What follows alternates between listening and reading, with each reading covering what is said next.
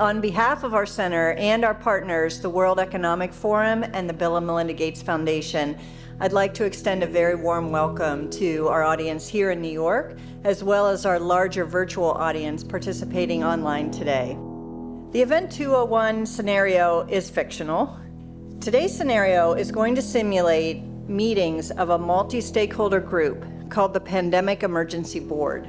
We're at the start of what's looking like it will be a severe pandemic. And there are problems emerging that can only be solved by global business and governments working together. There's been some conspiracy theories that are around about the potential that pharmaceutical companies or the UN have released this for their own benefit. And maybe this is a time for us to showcase some cases where we are able to bring forward some bad actors and leave it before the courts to decide whether they have actually spread some fake news. A new coronavirus.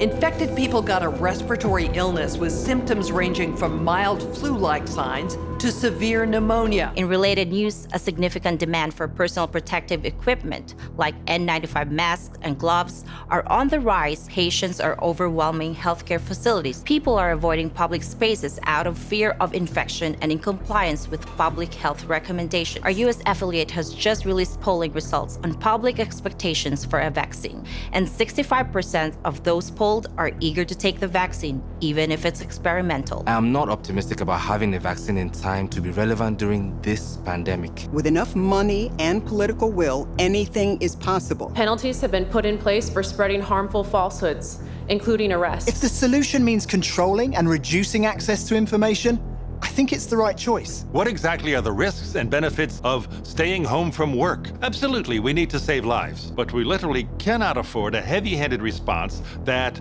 suffocates our economy. The world saw large-scale protests and in some places riots. This led to violent crackdowns in some countries and even martial law. The public lost trust in their respective administration. Economists say the economic turmoil caused by such a pandemic will last for years. The societal impacts, the loss of faith in government, the distrust of news, and the breakdown of social cohesion could last even longer. We have to ask, did this need to be so bad?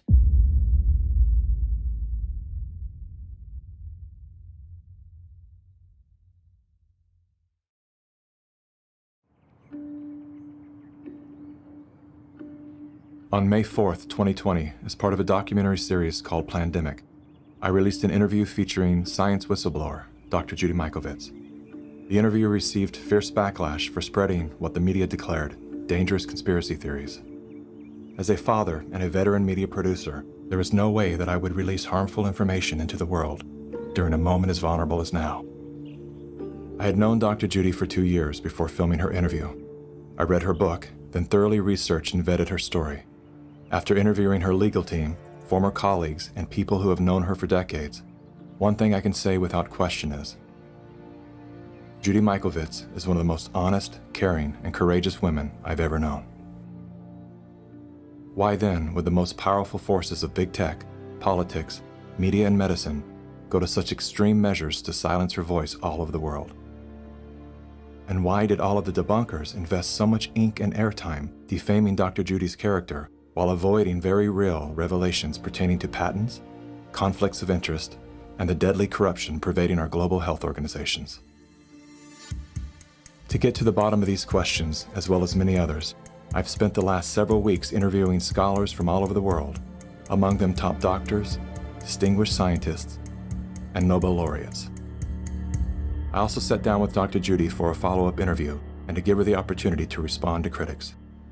You can see that full interview on the Plandemic website.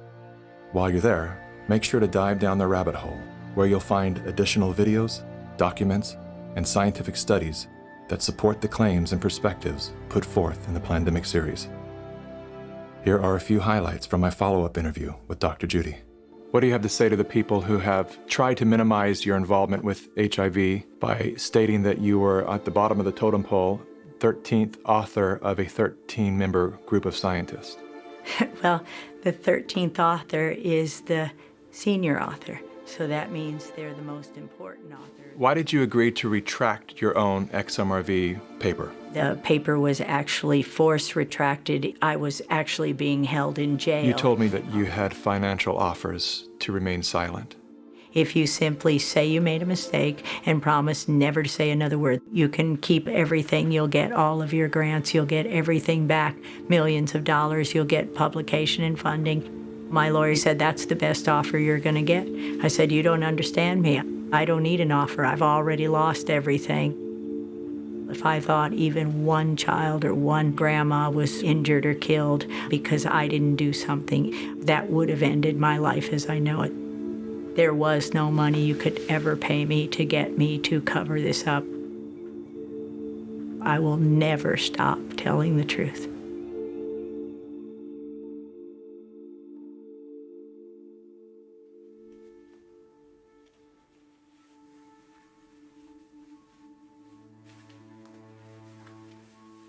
I'm the developer of Linguistic Genomics, which was the first platform on which you could determine the intent of communication rather than the literal artifact of communication.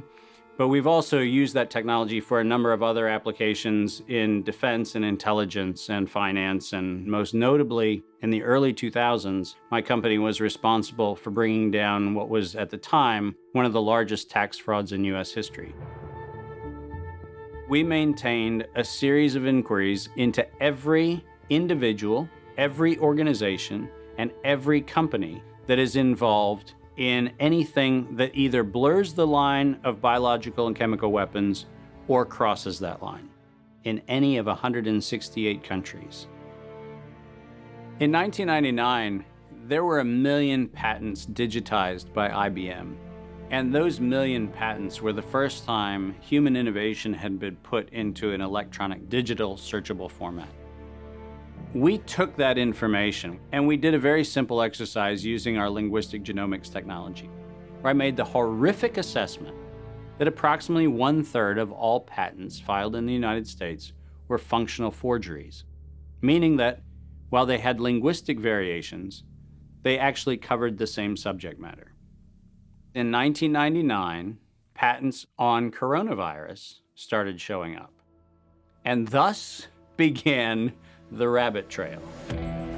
March 2003, panic grips Hong Kong as a deadly new virus sweeps through the city. In 2003, the Center for Disease Control saw the possibility of a gold strike, and that was the coronavirus outbreak that happened in Asia. They saw that a virus they knew could be easily manipulated was something that was very valuable, and in 2003 they sought to patent it. And they made sure that they controlled the proprietary rights to the disease, to the virus, and to its detection, and all of the measurement of it. We know that Anthony Fauci, that Ralph Baric, that the Center for Disease Control, and the laundry list of people who wanted to take credit for inventing coronavirus were at the hub of this story.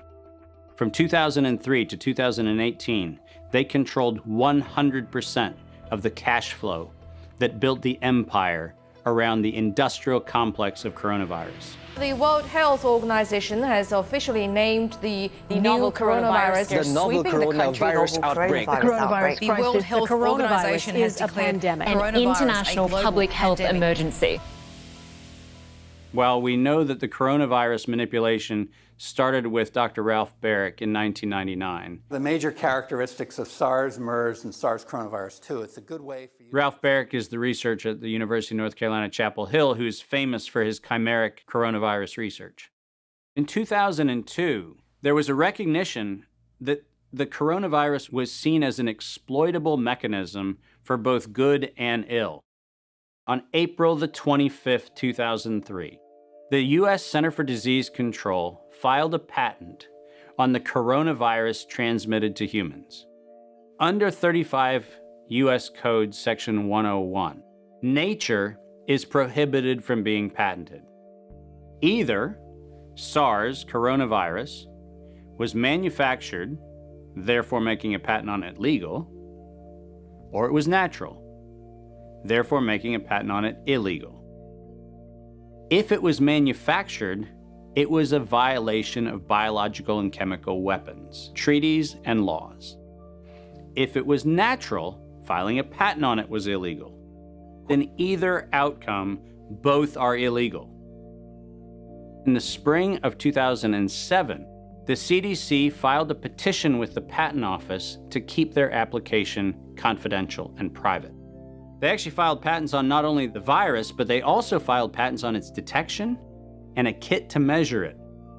Because of that CDC patent, they had the ability to control who was authorized and who was not authorized to make independent inquiries into coronavirus. You cannot look at the virus, you cannot measure it, you cannot develop a test kit for it. And by ultimately receiving the patents that constrained anyone from using it, they had the means, they had the motive, and most of all, they had the monetary gain from turning coronavirus from a pathogen to profit. Developing and owning a coronavirus vaccine has become a biotech arms race with political overtones. This vaccine gold rush is starting to bother me. Gold rush. Let's keep that in mind. And so somewhere between 2012 and 2013, something happened. The federal funding for research that was feeding into places like Harvard, Emory, University of North Carolina, Chapel Hill, that funding suddenly became impaired by something that happened at the NIH, where the NIH got this little tiny moment of clarity and said, I think something we're doing is wrong. And in 2013, the NIH said, gain-of-function research on coronavirus should be suspended. The National Institutes of Health had a moral and social and potentially legal reason to object to research. But the letters that were sent to the researchers essentially said, you are receiving notice that we're telling you to stop. And now on the bottom of the page, we're going to clarify what stop means. Keep going. But when the heat gets hot in 2014 and 15, what do? You offshore the research. You fund the Wuhan Institute of Virology to do the stuff that sounds like it's getting a little edgy with respect to its morality and legality, but do you do it straight way? No. You run the money through a series of cover organizations to make it look like you're funding a US operation, which then subcontracts with the Wuhan Institute of Virology. The US could say, China did it.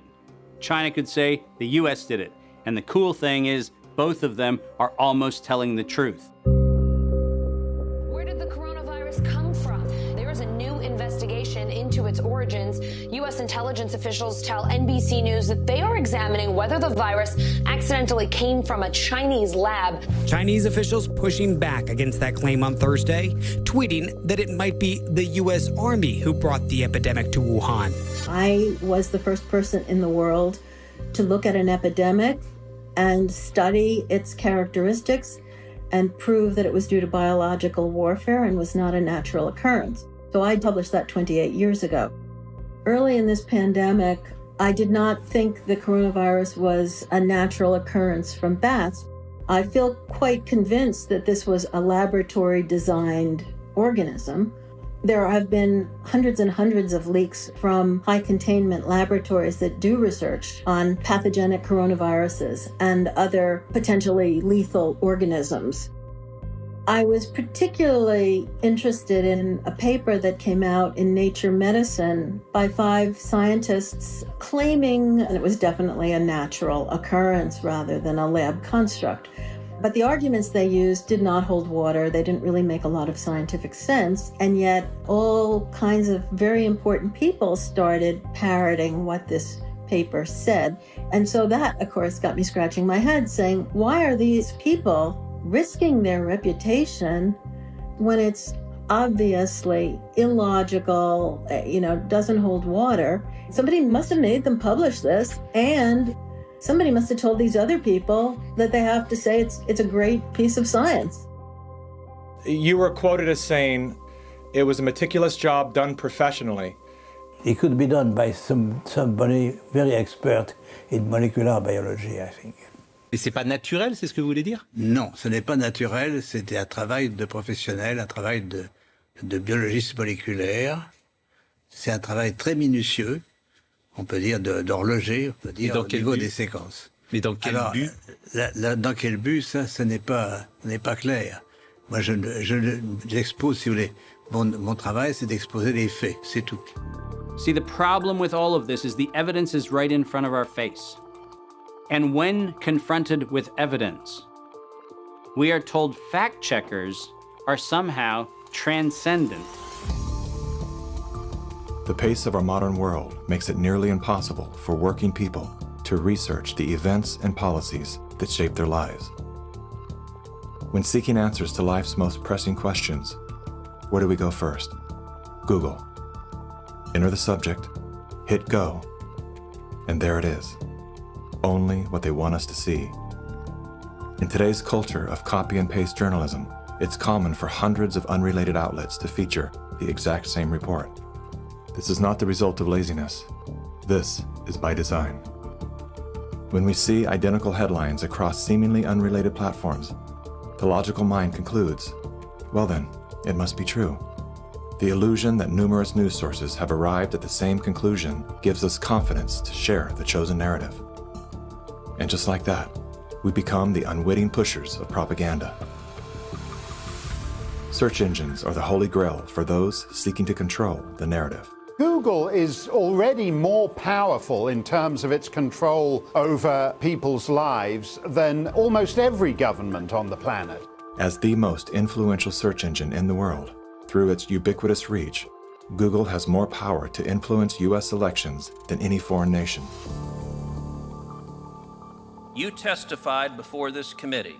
You said in subsequent elections, Google and Facebook and Twitter and big text manipulation could manipulate as many as 15 million votes in a subsequent election? And the methods that they're using are invisible, they're subliminal, they're more powerful than most any effects I've ever seen in the behavioral sciences, and I've been in the behavioral sciences for almost 40 years.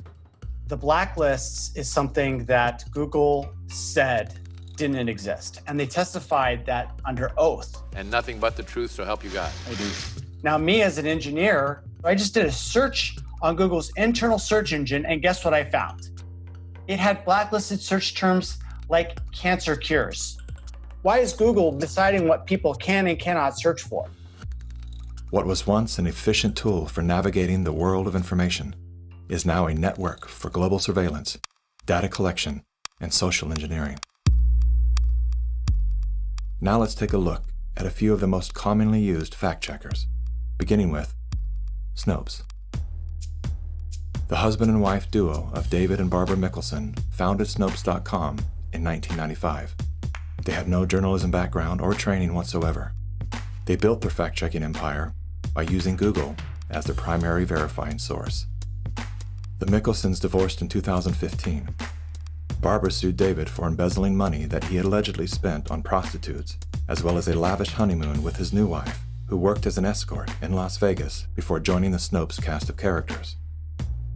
In 2017, David Mickelson's new business partners filed a lawsuit accusing Mickelson of multiple counts of fraud and embezzlement. Snopes proclaims to be the internet's go-to source for discerning what is true and what is total nonsense. Yet one glance at their history of fact-free checking tells another story. When Dr. Mikovits claimed she was arrested without a warrant and jailed without a charge, Snopes rated her statement false. Had they bothered to explore the arrest documents, they would have seen that indeed there was neither a warrant nor signatures to officiate a charge, a fact that I confirmed with members of Dr. Mikovits' legal team. Was there a search warrant? No. And was she ever charged? No. Never charged with a crime. 100% correct. Judy has never been charged with any crime. Facebook's fact-checking arm, PolitiFact, is owned by the Poynter Institute, which has received substantial funding from big pharma allies such as Google and the Bill and Melinda Gates Foundation. Like Snopes, PolitiFact has a history of misleading the public. In late January of 2019, PolitiFact, Snopes, and FactCheck.org raced to squash the notion that coronavirus and its treatments were patented. They reviewed only 3 of the 4,452 publicly available patents, which unmistakably show that SARS coronavirus detection and treatment had been widely patented by both the public and private sectors. Facebook's founder pledged to the WHO, saying they would remove false claims and block exploitative ads. They're working with the World Health Organization and with the NHS, so they have a hotline, if you like, from those official sources. Wikipedia is the go-to destination for introductions to people, places, and things. Even the all-knowing Amazon Alexa calls on this digital encyclopedia. Alexa, who is Dr. Judy Mikovits? According to Wikipedia, Judy Ann Mikovits is a former American research scientist who is known for her discredited medical claims. She has been described as an anti-vaccination activist and a promoter of conspiracy theories, and has been accused of scientific misconduct. Wikipedia is supported by the Wikimedia Foundation, a non-profit parent organization with a long history of politically tied funders. Many named, many anonymous. What exactly does a Wikipedia donor receive in exchange for their generosity? What began as an unbiased open-source platform is now weaponized to undermine the work and reputation of anyone deemed a threat to its stakeholders. And once they smear you, they lock you out from making corrections to your own bio. In summary, most independent fact-checkers are neither independent nor factual. Simply put, they are political spin machines. And so what they have done is they've decided that there's an approved narrative. If it is in line with the CDC's public pronouncements, and if it's in line with the World Health Organization public pronouncements, it is presumed to be correct. I don't have to remind many Americans that the Center for Disease Control was the one that said you should use DDT in your homes. Used right, it is absolutely harmless to humans and animals. Remember the name, DDT. It spells certain death. A scientific panel today reported that pesticides may indeed represent a grave threat to mankind. Remember the swine flu scare of 1976? That was the year the U.S. government told us all that swine flu could turn out to be a killer, and Washington decided that every man, woman, and child in the nation should get a shot to prevent a nationwide outbreak, a pandemic. Well, 46 million of us obediently took the shot. Did anyone ever come to you and say, there's the possibility of neurological damage if you get into a mass immunization program? No. No one ever did? No. I can't believe that they would say that they did not know that there were neurological illnesses associated with influenza vaccination. That simply is not true. We did know that. Then he's lying. I guess you would have to make that assumption. Then why does this report from your own agency list neurological complications as a possibility? You didn't feel it was necessary to tell the American people that information. Dr. Sensor's CDC also helped create the advertising to get the public to take the shot. The vaccines are safe, so roll up your sleeve.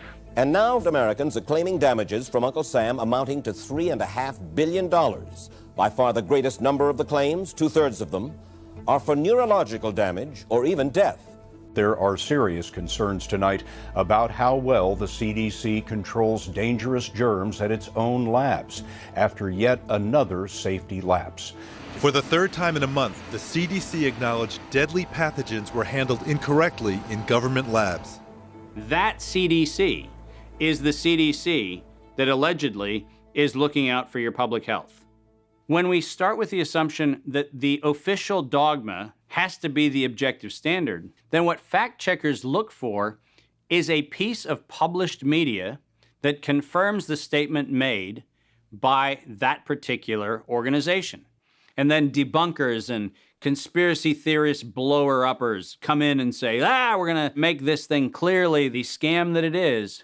Every media outlet that is in the public media right now has planted evidence, and they have re-ranked pages. So if you look today at face mask wearing, and if you look today at social distancing studies, you will see the studies that used to be number 1, number 2, number 3 on the pages of PageRank search don't exist anymore. And what is there are studies that wind up having headlines that support the common narrative. You're going to be hearing more about advanced guidelines? Because if you can keep people from assembling, guess what they're not talking about?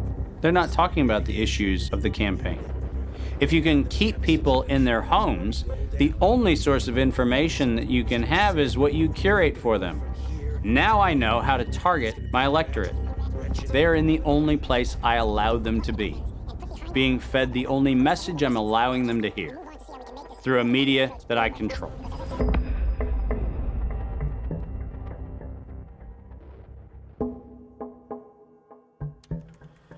Since the invention of the printing press, there's been a battle to control disseminated information.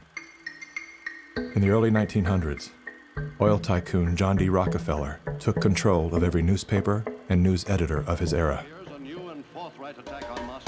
He became America's first billionaire, paving the way for the power-hungry ever since.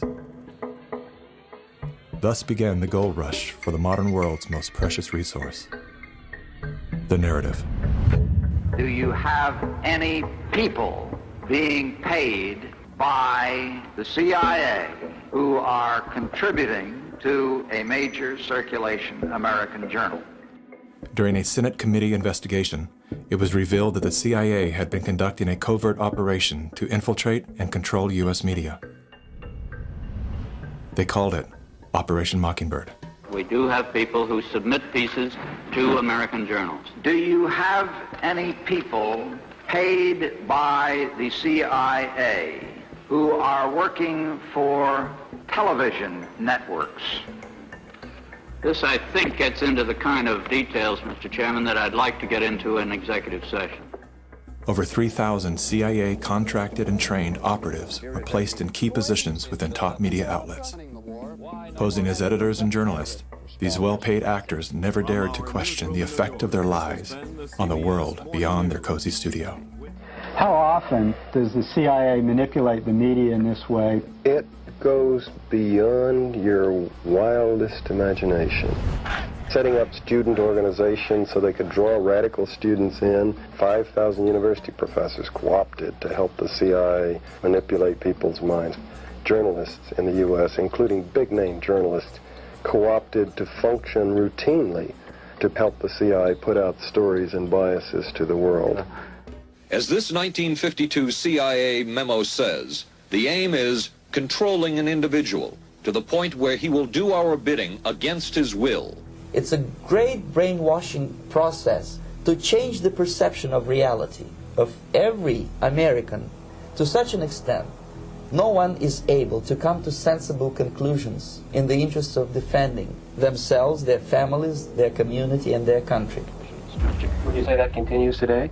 Well, I would think probably for a reporter it would continue today, but because of all of the revelations, I think you've got to be much more careful about it. So how do we know that Operation Mockingbird still isn't in effect? Well, we don't. It was the Telecommunications Act of 1996 that opened the door for predatory corporations to monopolize the industries of print and broadcast. This bill protects consumers against monopolies. It guarantees the diversity of voices. Today, a handful of corporate empires own and control the vast majority of everything you read, hear, and watch. From the biggest movie studios, television and radio networks, newspapers and magazines, to the vast universe of internet news and entertainment sites. Amazon has transformed its operations in response to COVID-19 to protect employees and keep packages flowing. The company is keeping its employees safe and healthy while still delivering those packages to your doorstep. The company is keeping its employees safe and healthy. The company is keeping its employees safe. Millions of Americans staying at home are relying on Amazon. And that is how it works. It's like a house of mirrors, where you're seeing the same thing over and over and over again, except it's distorted.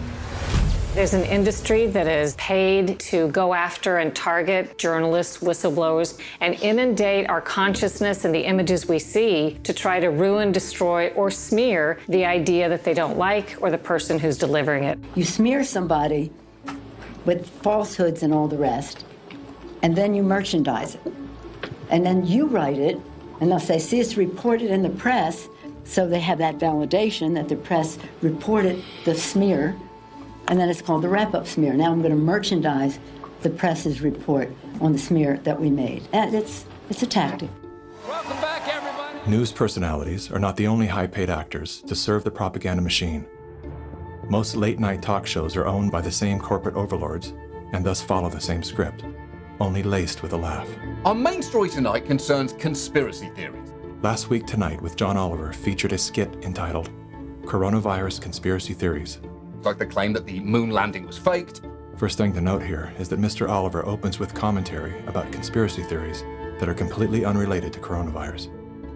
This is the standard tactic used by propagandists to set a tone so that anything that follows will be seen through the lens of absurdity. Plandemic, a pseudo-documentary filled with a hodgepodge of conspiracy theories.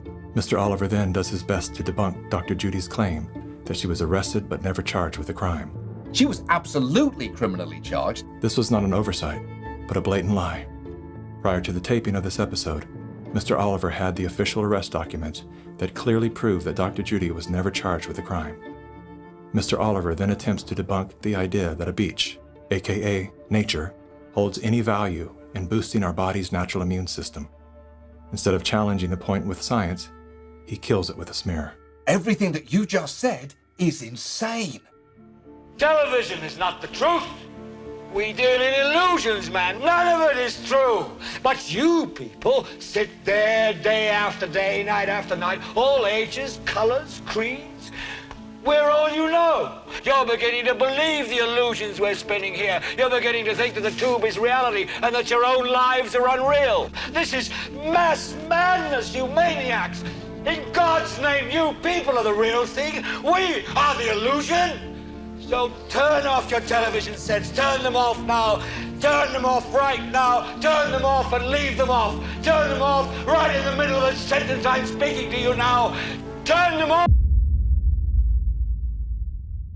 In 1979, the world decided that we needed the Bayh-Dole Act because we needed to reform our patent system. And one of the modifications was we allowed recipients of federal funding to patent and retain economic interest in the research that the public paid for. You get a $5 million grant from the taxpayer, and then you get to charge the taxpayer a premium for the technology they paid to develop.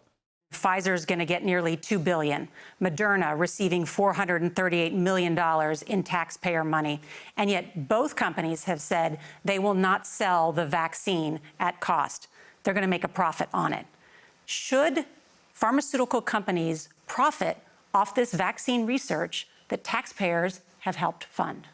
The Bayh-Dole Act failed the American people because rather than standing on the shoulders of giants, we now kneel at the feet of greed.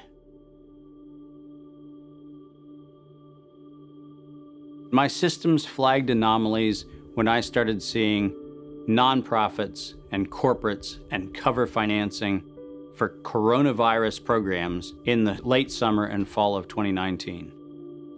Our first red flag came out when we read the World at Risk scenario. Now, there's an organization called the Global Monitoring Preparedness Board. This organization is a part of the World Health Organization, and this board includes Dr. Elias from the Gates Foundation and Anthony Fauci from NIAID. These two individuals, plus the director of the Center for Disease Control in China, come out with a recommendation that says that by September 2020, 2 global pandemic preparedness exercises have to be completed. And one of them has to be done on the release of a respiratory pathogen. That then gave rise to an October event, Event 201. On behalf of our partners in the Bill and Melinda Gates Foundation. Event 201 took place 5 months before COVID-19 was declared a pandemic. The participants of the event are some of the same people that are now deeply involved in the real pandemic and profiting from it as well. Event 201 was a scripted, multi-camera, live event that was broadcast globally via the internet. An event of this complexity and magnitude would take months to write, prep, and produce, placing the conception date at least 1 year prior to the actual pandemic There is no question that there will be a surprise outbreak. Anthony Fauci knew as early as January of 2017 that we would see an outbreak before the end of 2020. Even Bill Gates, a man with no medical training, knew it was coming. If we start now, we can be ready for the next epidemic. Every single thing that you have seen play out in front of your eyes, all of them laid out in their tabletop exercise, which, by the way, fact checkers have said, has nothing to do with the coronavirus outbreak. Just happenstance. This is that wonderful universe of improbabilities where events just co-emerge and then nature conveniently backs itself into our architecture. That's the scenario we're supposed to accept. Brilliant. Some countries have banned travel from the worst affected areas. The president has made a decision to suspend all travel to the United Kingdom and Ireland. Dis and misinformation circulating over the internet. Across the world, misinformation about the virus is being shared online. A significant demand for N95 masks and gloves are on the rise. The demand for N95 masks to prevent the deadly airborne virus has surged. We could eventually have 52 million treatment courses per year, but it will take many months to get there. We're still many months out from having something that we can really deploy to the public. And 65% of those polled are eager to take the vaccine, even if it's experimental. A new poll finds that 49% of Americans say they would get a COVID-19 vaccine should an effective one be discovered. I'm curious, who wrote the Event 201 script? If the visionaries of the event knew at least 1 year in advance what was needed, why didn't they take care of those things? Considering that Bill Gates has donated half of his fortune to make the world safer, why didn't he help to better prepare our hospitals and frontline workers? Why didn't any of the event's wealthy sponsors do something?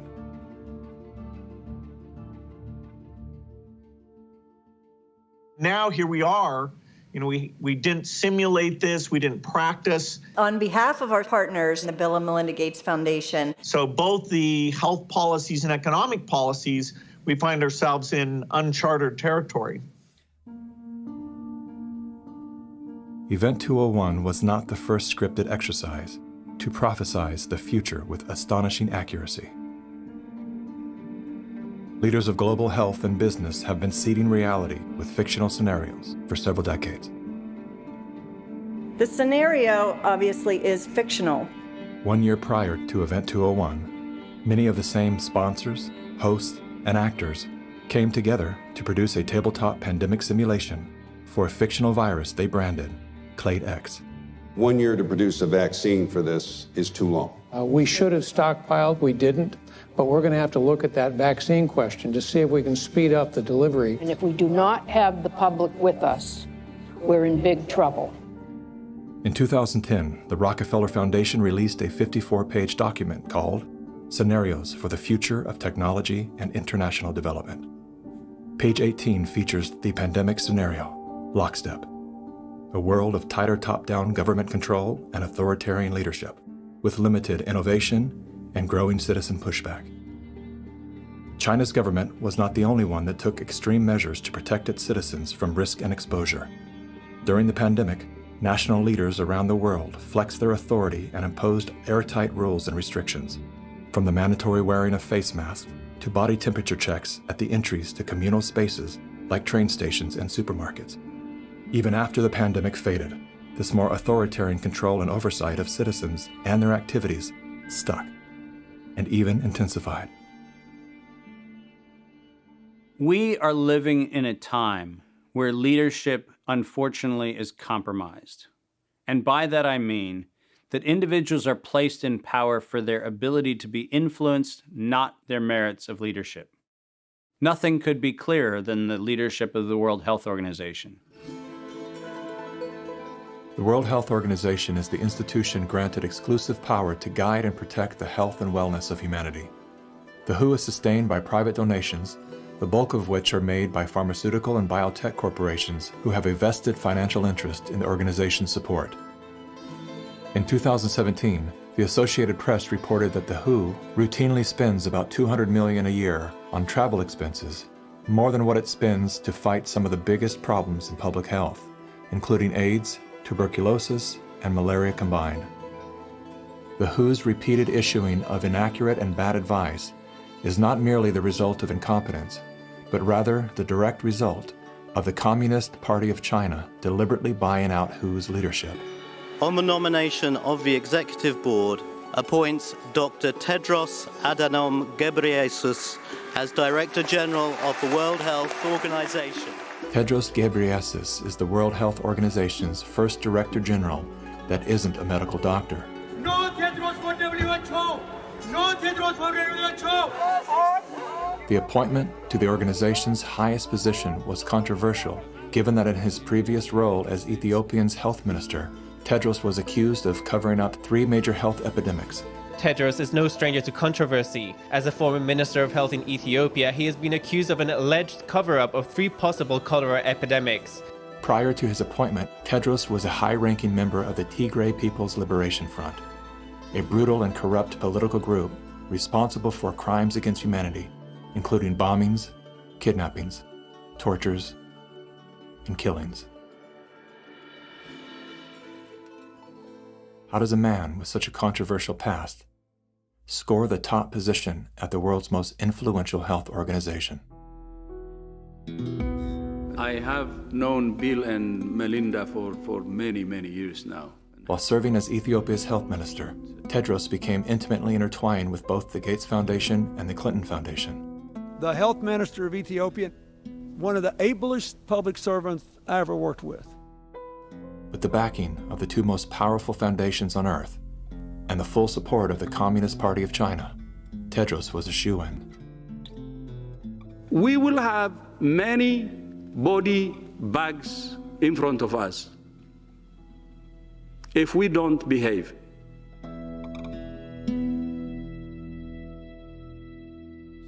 You cannot find a person promoting this scenario that's not part of the interlocking directorates of the World Health Organization, the CDC, the NIAID, or the organizations that are the philanthropic cover organizations that fund them.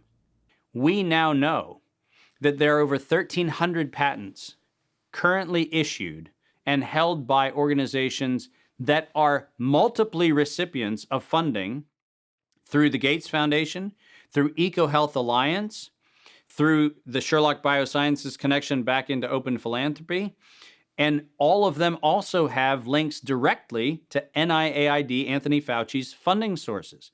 If you have conflicts of interest in the funding and in the decision-making and in the inside knowledge that you have between competing or competitor organizations, that is a violation of the antitrust laws of the United States.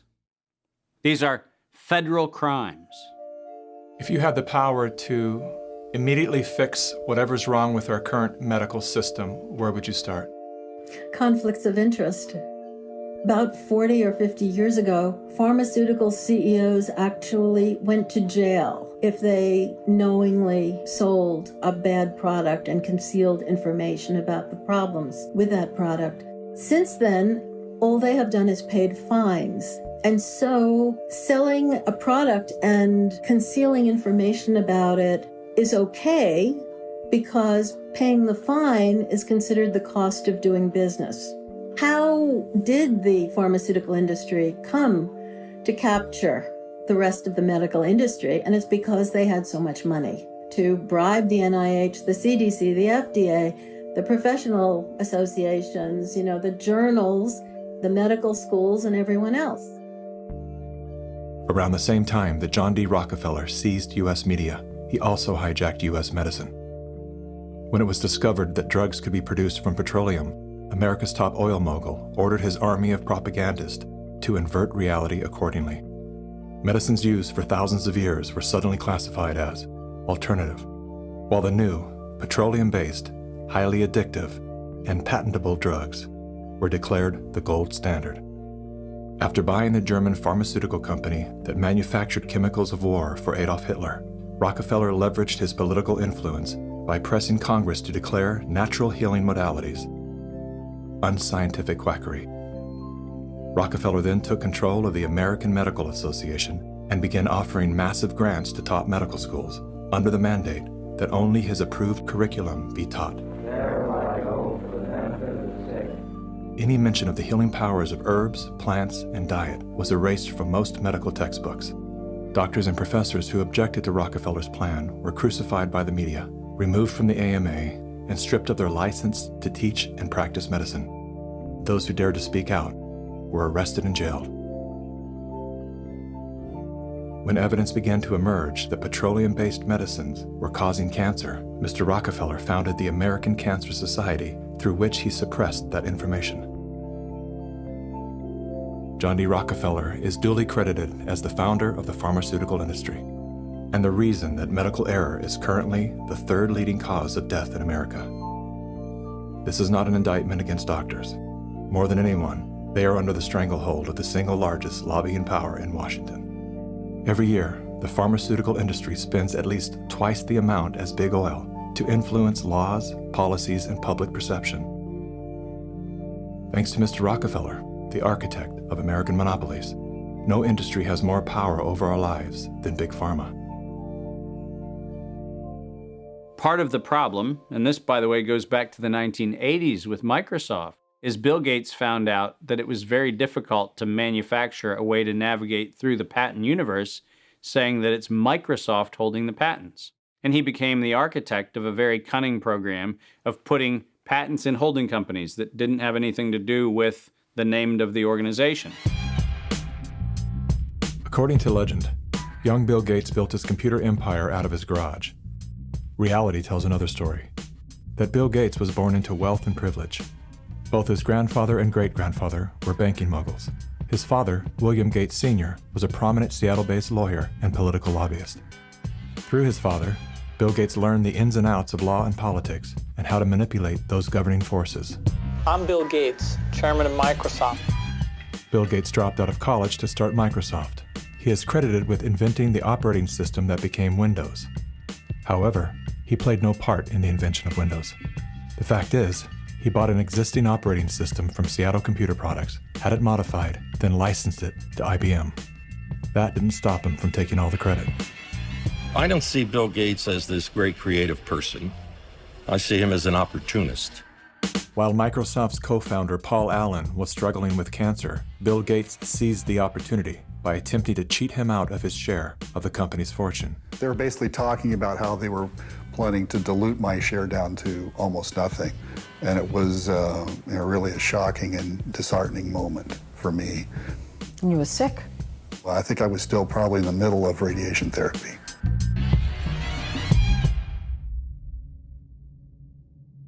Gates' business strategies came under fire in 1998 when the United States Department of Justice sued Microsoft for antitrust violations. This is tape 3 of the videotape deposition of Bill Gates on September. During the 18-month trial, Gates gave hours of videotape testimony. What were the non-Microsoft browsers that you were concerned about in January of 1996? That month. Yes, sir. And what about it? What non-Microsoft browsers were you concerned about in January of 1996? I don't know what you mean concerned. What is it about the word concerned that you don't understand?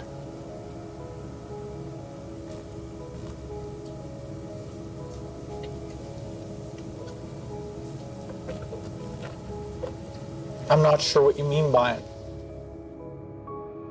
The Justice Department has charged Microsoft with engaging in anti-competitive and exclusionary practices designed to maintain its monopoly in personal computer operating systems.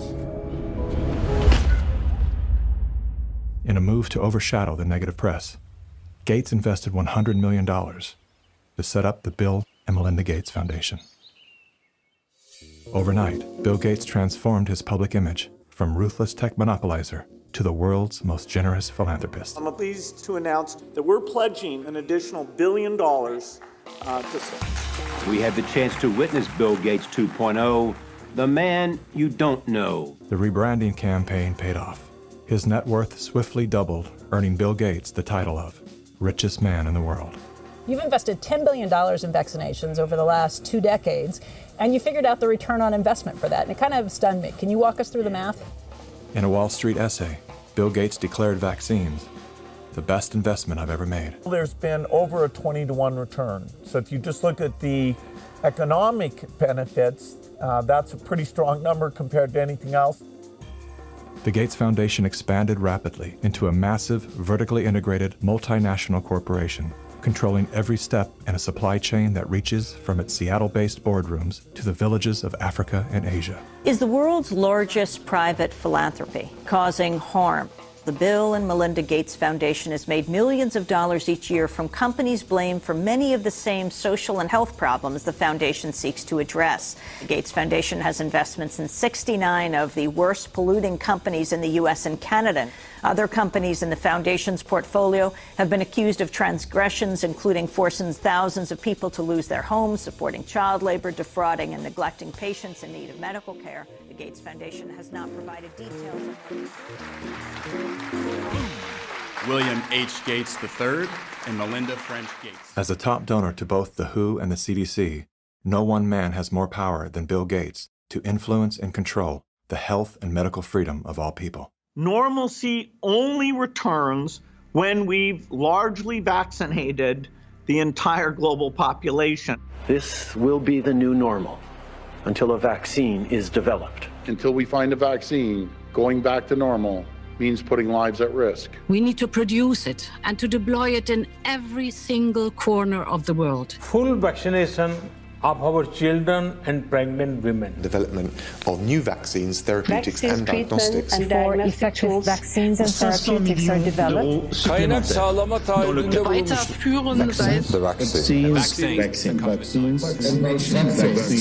We've already bought the syringes. We already know where it's going to happen. We're thinking about what that's going to be. It's all part of this plan. Our military is now being mobilized, so at the end of the year, we're going to be able to give it to a lot of people very, very rapidly.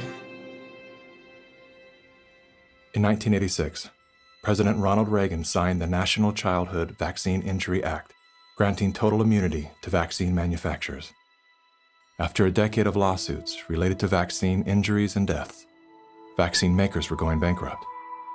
In a move to coerce policymakers, vaccine companies threatened to stop making vaccines until they could be legally shielded from liability. To this day, when someone is injured or killed as the result of an adverse reaction, it is the U.S. taxpayers that pay for the damages. Welcome back. Were several Indian tribal girls used as guinea pigs? The report alleges that 2 American pharma giants' untested vaccine was administered to thousands of tribal girls without proper study and paperwork. India was among the hardest hit after Bollywood celebrities were incentivized by the Gates Foundation to urge the public to submit to mass vaccinations. In 2009, tribal children were administered the HPV vaccine.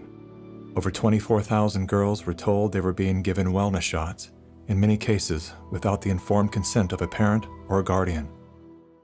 The people that were administering these vaccines lied to the guardians of these girls and told the girls, oh, this is going to cure cancer, you're never going to have cancer. And these girls became severely injured. Some of them developed seizures, some of them developed cancer, and 7 girls died. And there was no insurance, there was no assistance for them. And the Gates Foundation denied that it had been clinical trials. And it was so bad that the parliament in India created a task force. They studied it and they kicked out the Gates Foundation. But India is a barbaric country. Things happen here in a very barbaric way. But I was surprised to find an American organization operating in broad daylight, doing things in a very, very, let's say, Indian fashion. And so the route I took was that I want the whole procedure to be investigated.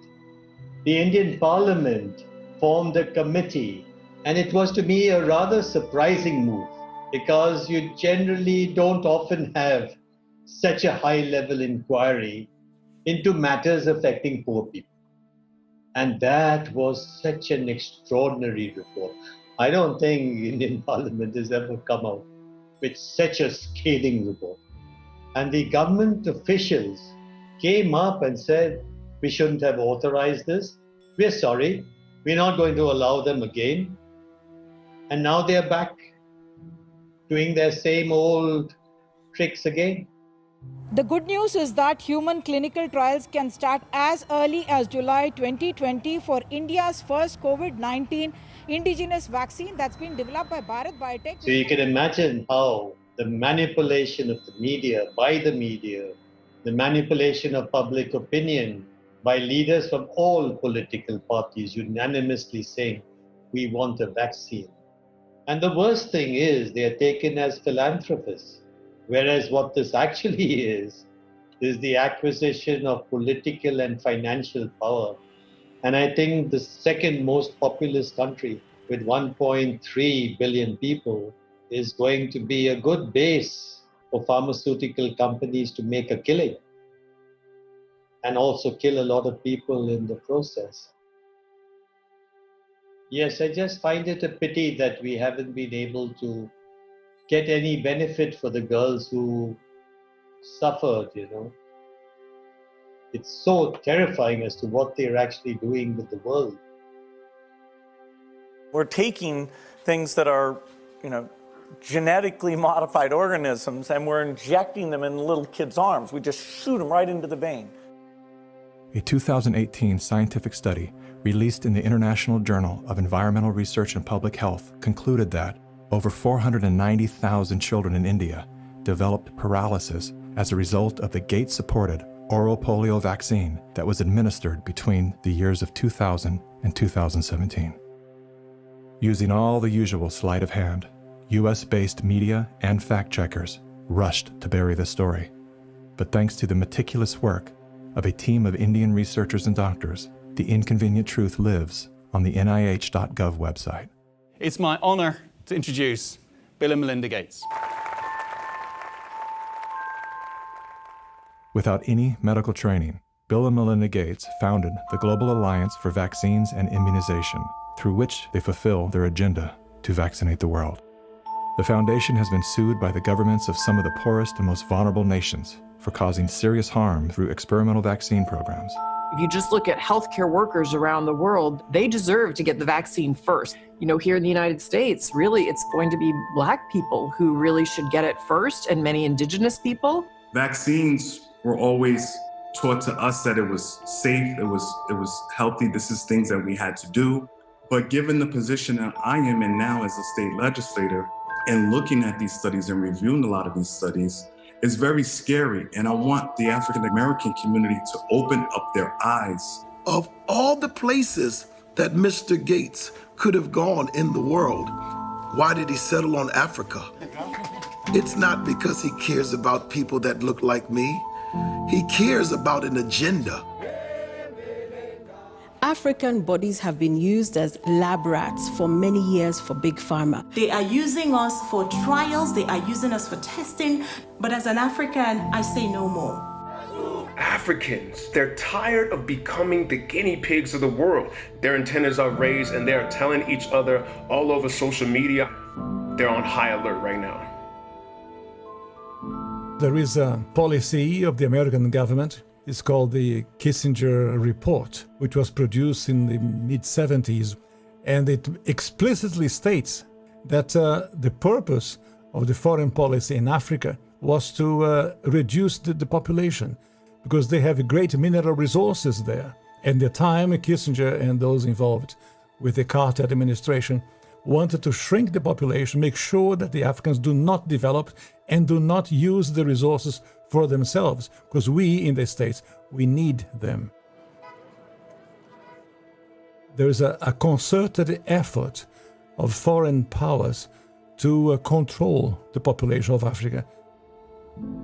Some children did survive the botched vaccinations last month and will recover, but 15, all under the age of 5, died from fever, vomiting, and diarrhea. Human errors contributed to the unfortunate deaths of the children.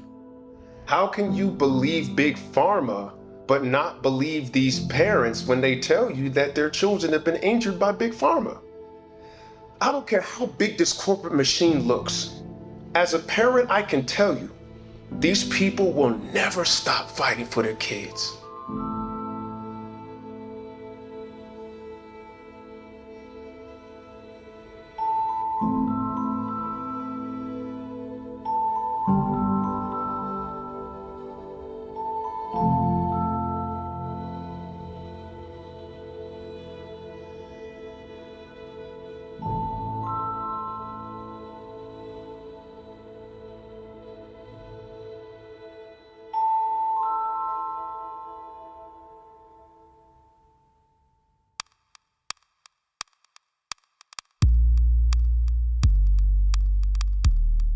It would take hours to list all of the questionable initiatives that Bill Gates is involved in. Here's a few of the highlights.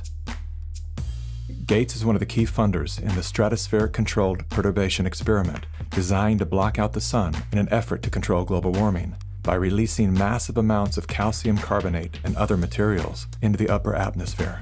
Critics, including environmental scientists, have called the project a global genocide experiment. Gates has invested over $1 billion in Earth Now's global surveillance project. The project will launch hundreds of satellites into space, which will allow for the 24/7 monitoring of all people everywhere. In partnership with MIT, Bill Gates has developed a new technology that allows vaccines to be injected under your skin along with your medical records. The quantum dot tattoo will implant an invisible certificate that can be scanned by authorities using a cell phone app and infrared light. Eventually, what we'll have is certificates of who's a recovered person, who's a vaccinated person. So eventually there will be this digital immunity proof. The EPA recently approved an experimental use permit to Oxitec, a biotech company funded by the Bill and Melinda Gates Foundation. In an effort to fight malaria, Oxitec will soon release millions of genetically modified mosquitoes in various U.S. states. According to the NIH website, programs are being developed to allow human immunization via mosquito bite. It was Science magazine that coined the phrase, flying syringes. Would you raise your hand, please? Do you solemnly swear the testimony you're about to give in the matter now pending? A shocking new report from the New York Times sheds light on the connection between Microsoft founder Bill Gates and the late Jeffrey Epstein. You report these two men met at least 6 times. Well, I believe there were more. This included visits to the mansion, seeing each other in Seattle, flying on Epstein's plane. When flight logs revealed that Gates had been a passenger on the Lolita Express, he claimed that he didn't know that the private jet belonged to Epstein. He also denied that he and Mr. Epstein were involved in any business deals. However, an expose by the New York Times revealed that not only did Bill Gates initiate a relationship with Jeffrey Epstein well after he was convicted of sex crimes, but the two were also involved in the process of co-founding a multi-billion-dollar charitable fund. Why would they ever set up a charitable trust benefiting Jeffrey Epstein? That it was all about philanthropy, that Bill Gates just wanted to find new sources of money. Why would one of the richest men in the world choose to partner with the world's most notorious pedophile? A deeper dive into Epstein's world revealed that the two men had more in common than meets the eye. Like Gates, Epstein was a billionaire philanthropist with a passion for science, health, education, and children. The Jeffrey Epstein Foundation donated millions of dollars to top universities, science institutes, medical schools, early education programs, youth initiatives, and international peace accords. Bill Gates is either the most misunderstood man alive or one of the most convincing con men to ever live.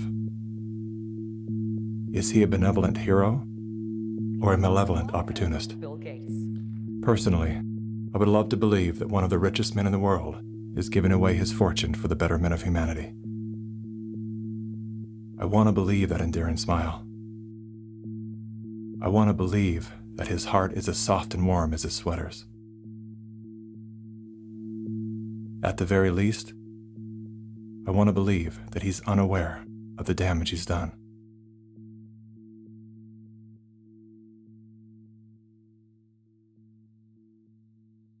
I'm happy to announce that we've discovered a vaccine. We no longer have to live in fear. Everyone can get back to their normal lives. It's the great hope galvanizing the world. A vaccine for COVID-19. But are we being sold a lie? After all, COVID-19 is the 7th coronavirus to strike mankind, and we've never found a vaccine for any of them. The shortest time anybody's ever found a vaccine against any disease that I'm familiar with is about 7 years. The average time is 20.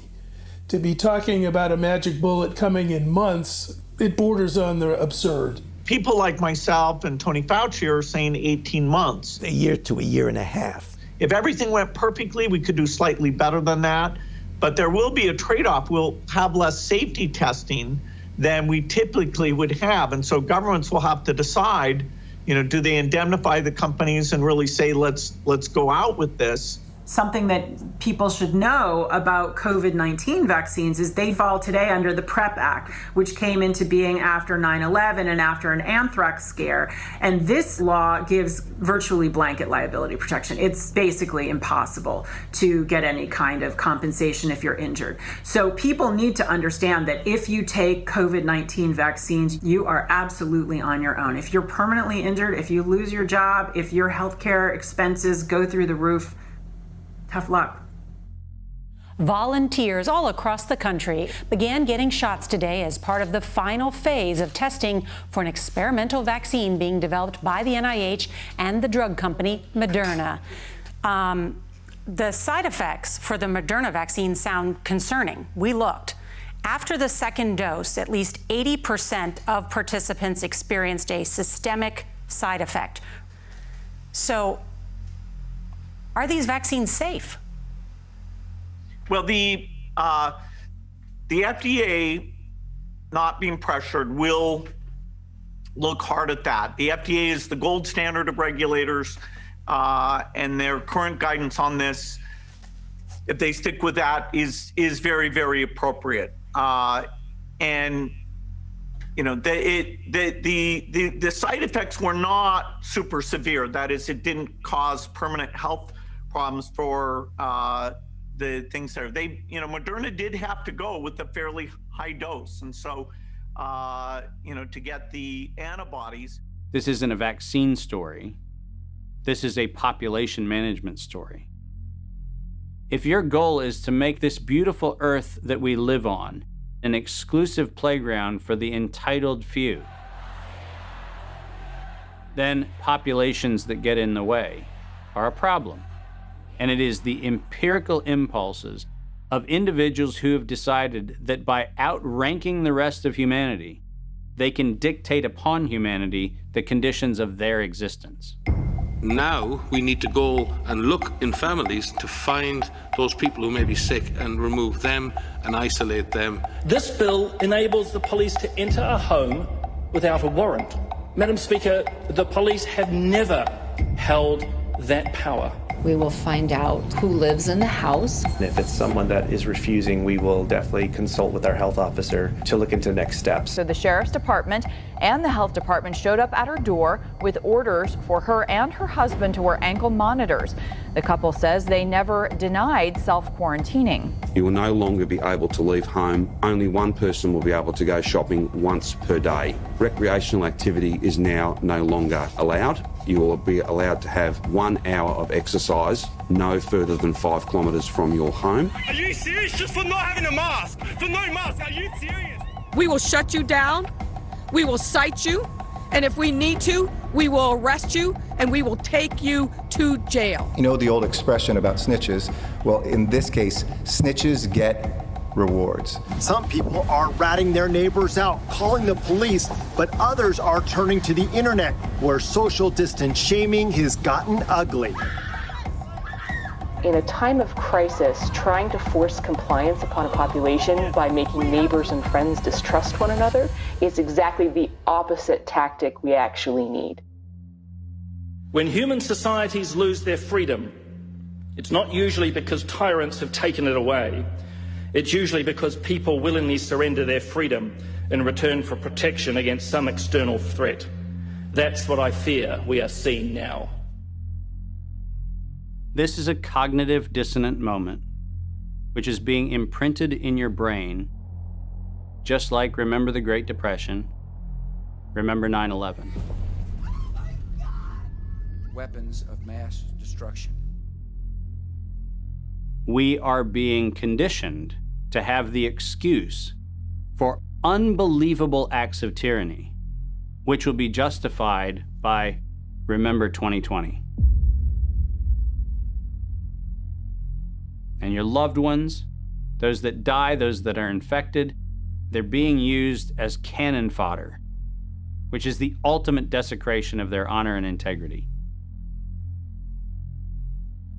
And this is also a test of humanity to see how much of our liberty we will let go before we finally draw the line under enough. Benjamin Rush, a signer of the Declaration of Independence, stated, unless we put medical freedom into the Constitution, a time will come when medicine will organize into an undercover dictatorship to restrict the art of healing to one class of men and deny equal privileges to others. That time is now. Well, this won't be the last pandemic that we face.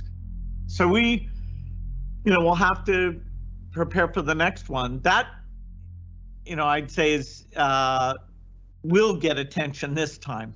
Mm-hmm.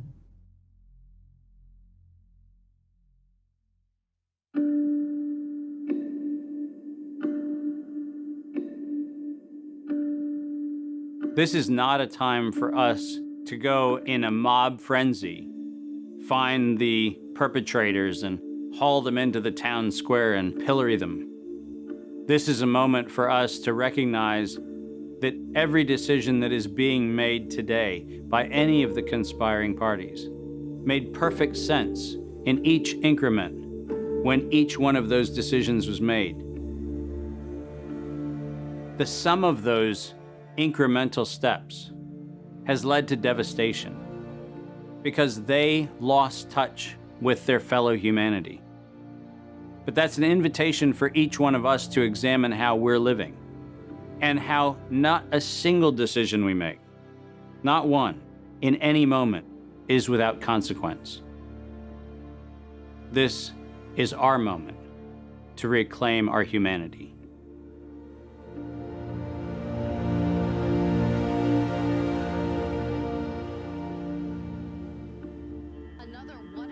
Our lives are shaped and guided by stories. The stories we're told become the stories we tell. The more we hear them, the more we believe them. When used as a tool, they help us to better understand who we are, where we came from, and where we're going. When used as a weapon, they can be deadly. One of the most dangerous stories we've been told is the one that goes something like this. Humanity is a failed experiment. We are parasites, a cancer, a virus. Human beings are a disease. It is a myth that permeates our movies, our music, our media, and our minds. As they say, repeat a lie often enough, it becomes truth.